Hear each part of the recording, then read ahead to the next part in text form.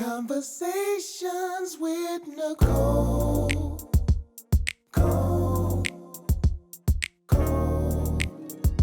Conversations with Nicole. Let's talk about it. Tell me all about it. I'm here. I wanna know what's on your mind. Ooh, the world needs to hear from you, and I'm so glad to have a conversation to reach the nation. And it's all about you. We'll help each other to discover innovative ways to positively change the world. Let's talk about. Let's talk about. Yeah. Let's talk about conversations with Nicole.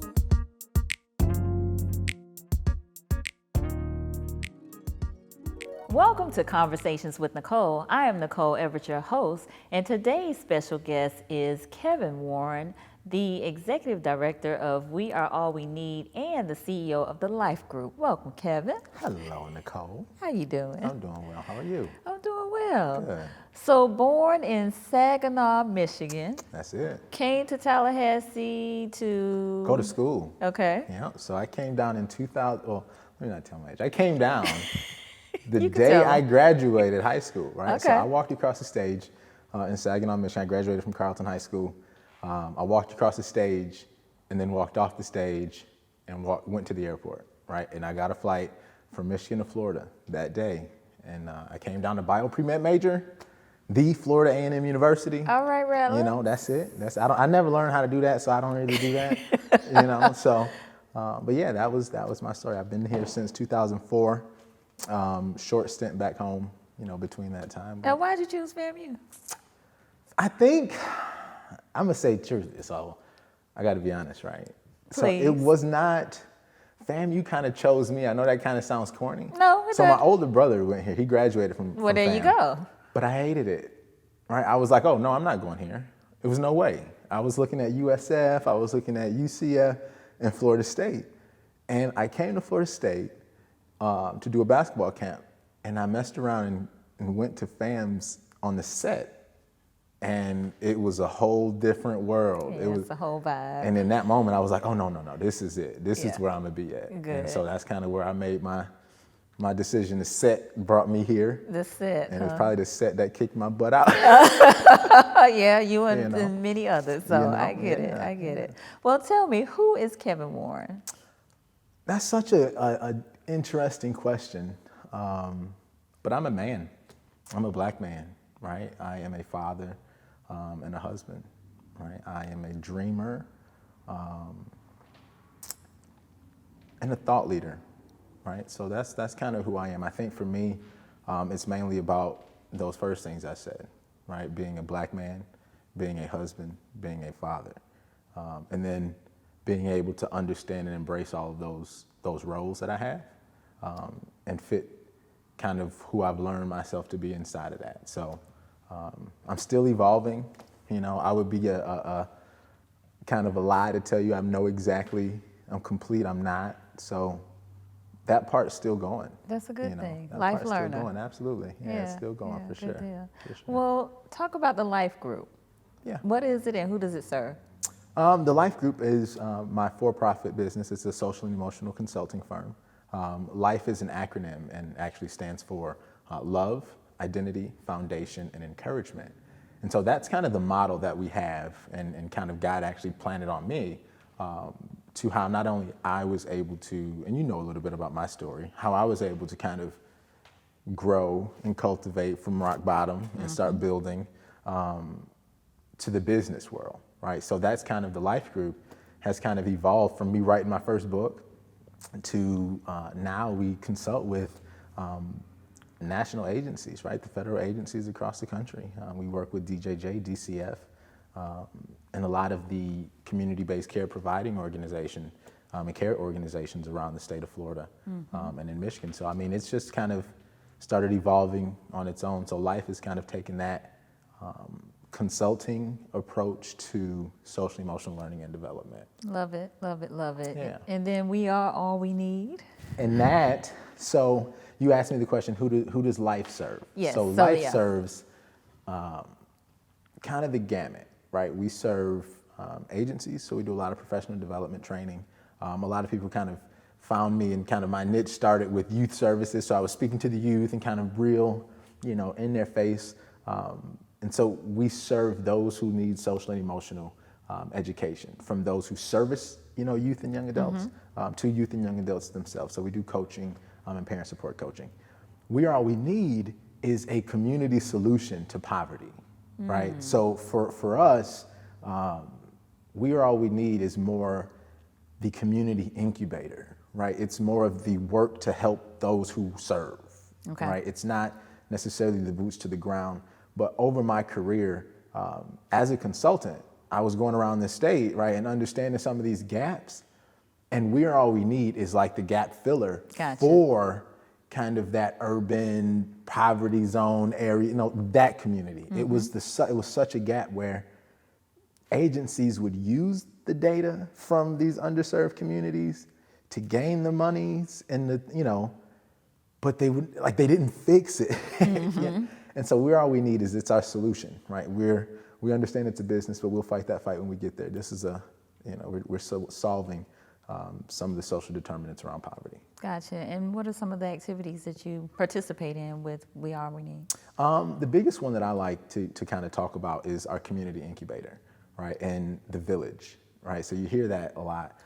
We're really keen on Ubuntu, right? That universal principle of humanity, right? That connects us all. So for us. Now let me pause. Yeah. Say that again. Ubuntu, right? So it's the universal belief, right, of humanity that connects all of us, right? So we believe that we're all connected, right? If we look at all of our gifts, skill sets, and abilities, if we can truly and without ego, come together and say, hey, Nicole, listen, this is what you do. This is your lane. Oh, this is my lane. And we can collaborate together. We're stronger. And so the village mentality, that's our program, our community incubator, where we take grassroots community leaders and organizers, pair them with those who have kind of done it, right?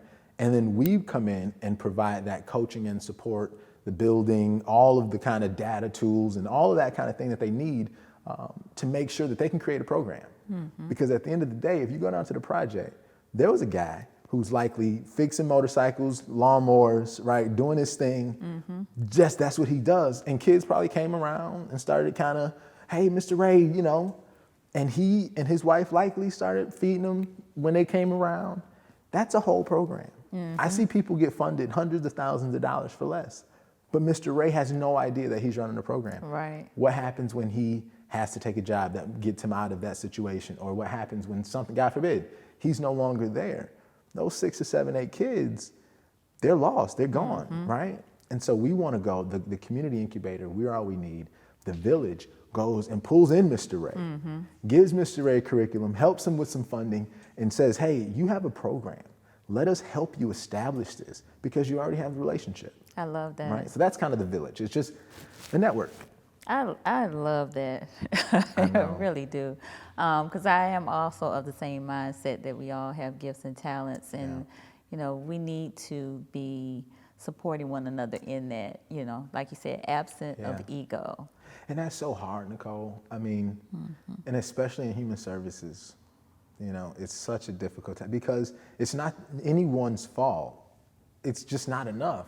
It's not enough there. It's just like, you put food into an area, but you don't put enough food, at some point you're gonna get folks who are gonna, collide and compete for it.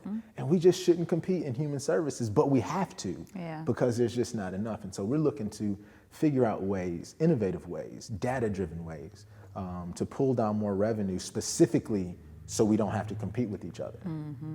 Now, I have talked with other youth advocates who have described this body of work as kind of like the Mr. Potato Head, right? In terms of you get them, you fix them up, put their face on the way it's supposed to be, but they got to go home. They got to go to their neighborhood, and then you get them back, and the ear is where the nose should be, the mouth is where the eye should be. Yeah, everything's just flipped. So what's your thought around like a supportive services, I guess, for the families or the guardians or what have you, and how do you get them to buy into, trying to take a more active role if they're not? That's the village. I hate to say that again, but when I went and started working with specifically DCF, they want to create, the goal was to create a sense of normalcy. But what is normal, right? Like you think of what normal is. And so we started to kind of dig into poverty.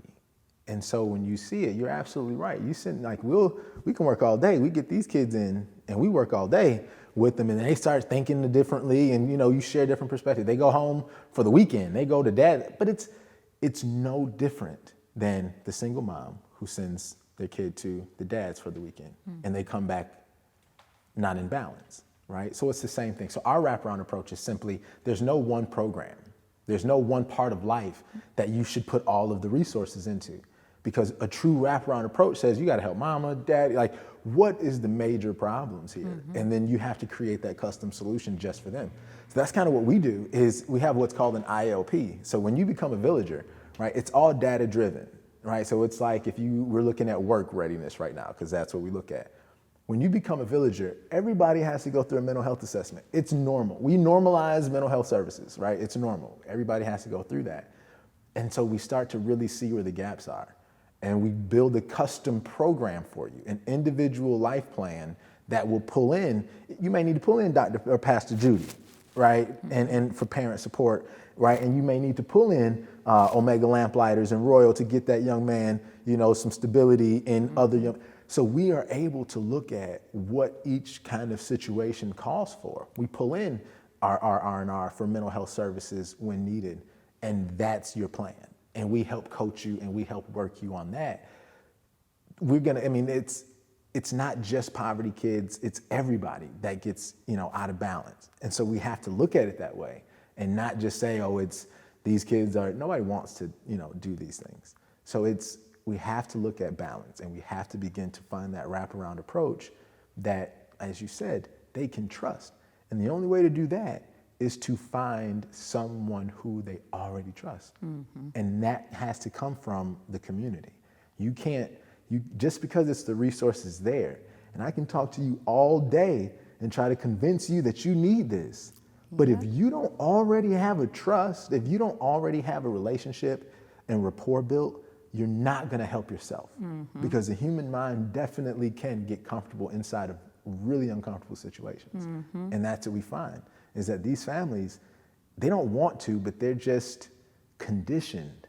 And until you can really find those trust factors, you really are just kind of spinning your wheels. Excellent point. Yeah. We're going to take a break right here, but when we come back, I want to hear more about what you have on the horizon. Yeah. Okay. Absolutely. Stay tuned for more conversations.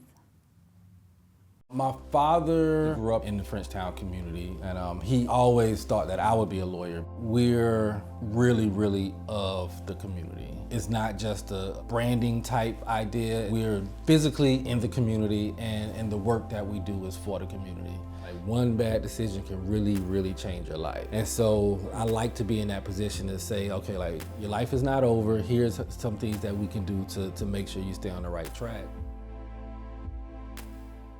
Conversations with Nicole. If you know me, I'm a TV freak. I watch television all the time. And when I think about the number 10, the first thing that comes to mind is the Family Feud, because there's always questions about rating your answer on a scale of 1 to 10. But I gotta tell you, 10 is always on top of 1 to 10. It's a major milestone. Now, for wedding anniversaries, they acknowledge it with wood. But I think in terms of conversations with Nicole, we have reached a golden moment. It's the 10th season of Conversations with Nicole. I like that. Let's talk about it. Let's talk about Conversations with Nicole. Let's talk about it. Let's talk about it. Let's talk about it. Let's talk about Conversations with Nicole.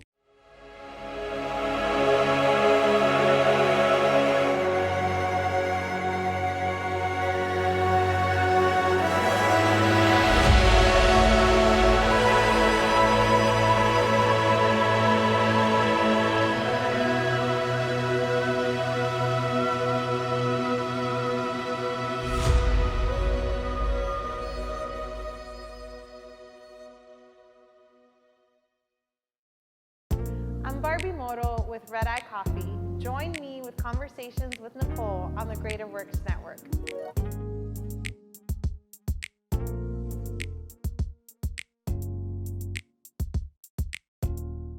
Welcome back to Conversations with Nicole. If you are just joining me, I am here with Kevin Warren of the Life Group, and we are all we need.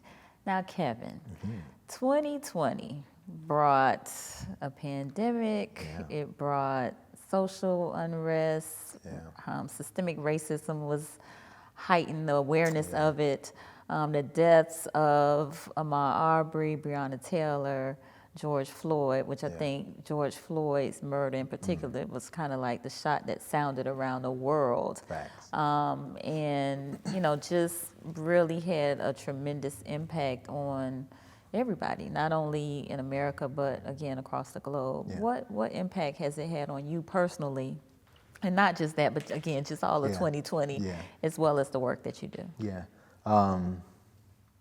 If we started with, I'll start with George Floyd and the Ahmaud Arbery and Breonna Taylor. That's tough. The way that those scenarios affected me is everything. It is legitimately everything to the business of We Are All We Need. It's specifically the reason in which I go so hard, right? People always tell me I gotta slow down, and I won't. Because there are black men and there are black women who are being hunted and preyed upon, not only by people, but by a system, right? And so I have a responsibility. And how I look at responsibility is not like a burden to like, oh, I gotta do something, but I actually sit in this moment and realize I have the ability to respond here, right?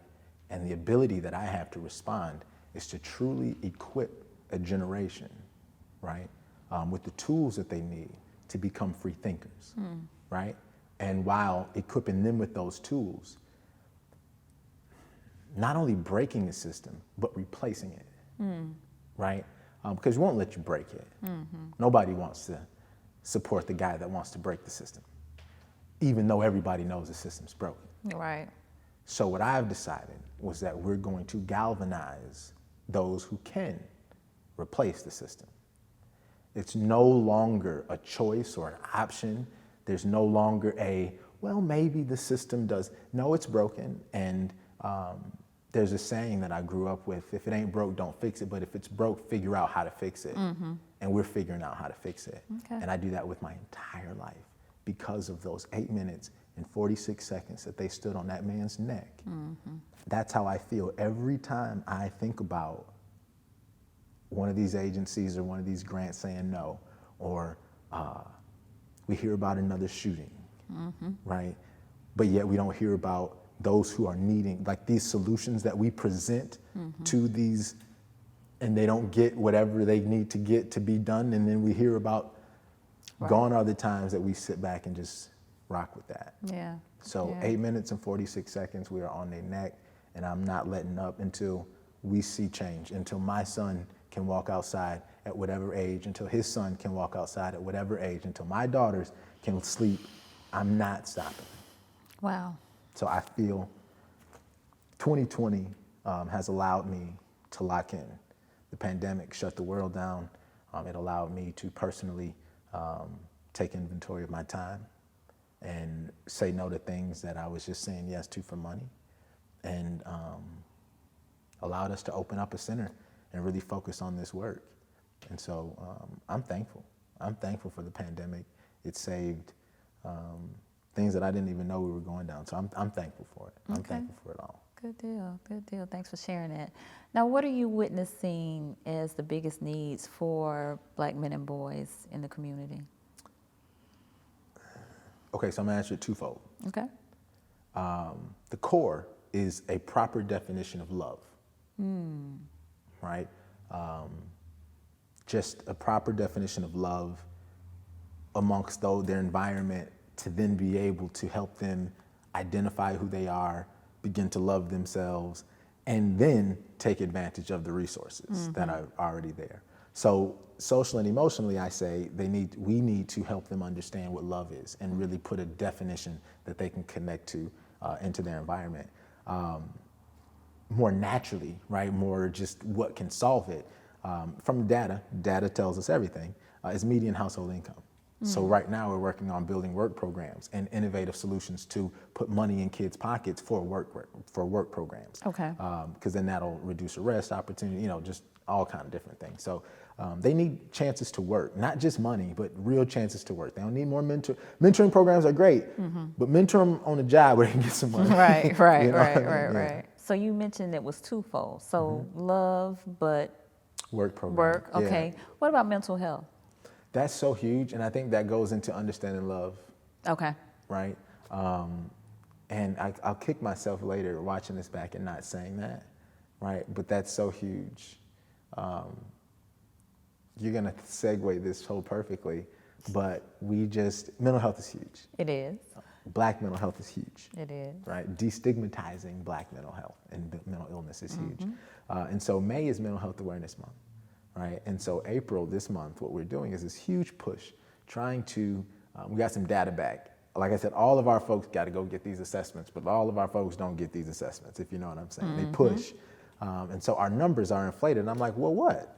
So now we're having to figure out, how do we provide these assessments? So it's huge. But I think from a mental health perspective, we have to figure out how to break the stigmas and then figure out why our Black mental health professionals only 4% of the total, right? So it's a lot of different layers to that mental health problem, but I think that first, if you can figure out how to love, we can put a love definition out there, that'll start. You I think that that's the start That mental point? health piece is huge. It'll tackle so many different things, but if you don't love yourself, you won't even feel like you deserve to go and heal yourself. Like if you our definition of love is just so right now and so topical, like so just gratification, that it doesn't allow you to sit in what you need to sit in to heal yourself, right? Like you think if you love yourself, then you need to feel good. And so therefore, I cry when I think about these things that happen to me. So I don't want to go and think about those things that happen to me, right? So then you won't, but then you'll go out here and act, you get angry and rage. And so you just never connect that to, if you love yourself enough, just be uncomfortable enough to share that and cry and let that out or whatever that might feel like, and get some tools so you don't have to respond that way later. Absolutely. That's powerful that you say that, because that is very true. I mean, that's some deep work. And it needs to be done, because otherwise you are coping in some other ways to deal with that hurt and that pain and that anger and the disappointment and the adverse childhood experiences and the trauma and all of that sort of thing. So, It's wow. huge. It is. So tell me what you have on the horizons coming up for, 2021. I know you mentioned assessments, but so we are a part, our solutions, right? I consider myself a solutionist, an innovative thinker.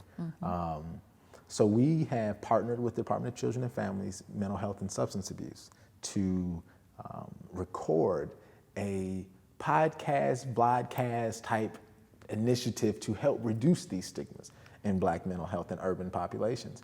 And so we will be releasing that this month. Our first episode, our first season is filmed. We have 40 episodes that we're kind of strategically figuring out how to launch. And I'll be sharing them with you, right, to help, because this is your lane, the village approach. But our goal is to get these stories out here now, like really share what's happening and that we do really have solutions for what's going on. Specifically, like I said, we'll be releasing the Black Elephant, having uncomfortable conversations to advance the culture forward, right? That'll be coming out this month. In May, we will be doing the mental health free assessments for those living in a Promise Zone zip code. So if you live in a Promise Zone zip code, and how we define needing to go see a therapist or needing to tap into your mental health is you have more negative thoughts than positive thoughts when you wake up in the morning, right? Like if you think about your day and if you're like, God dang, I don't really want to do this, right? You know, if you start having these negative thoughts and it's more negative thoughts than positive thoughts, you're not crazy, right? You just need to begin to work through that because that's just not healthy for you. You know, there's no way you're optimizing your day in that space. So the mental health assessments, we'll be doing that in the month of May, and then our work program. So just sitting here, I got the email that we'll be working with the sheriff's office. We'll get a little bit more working with them to do a work program, getting ready for those dark days of summer, where we want the kids to be able to get some skills and get out there and work instead of hustling. Right, good deal. Okay, that's exciting. Very exciting. Kinda, it's busy. I'm looking at it like, oh, we're gonna do what? You're gonna do it. No. My team. Your team. My team, I am so blessed that God has provided and positioned me, aligned me with a team that they're passionate about their pieces. And they're much smarter and much more talented than I am. And so in business and entrepreneurship, we say, staff your weakness. And I'm so thankful that I was able to do that. That's the sign of a wise boss. And they take us to the top. So how many on your team? 3 and 5, or 3 interns and 3 staffers. Okay, so good we deal. have a good folks. But I didn't put my wife in that, but she runs things. You know, so it's like, you know, we got a village. It's everybody. It's the village. So we literally pull on the village to get things done. Love it. All right. Now, what's the best advice you've either given or received? Advice? So I started reading in COVID, right? And I say that not started. I knew how to read before, but I really picked up reading. Right, the habit of reading. And I was reading a book.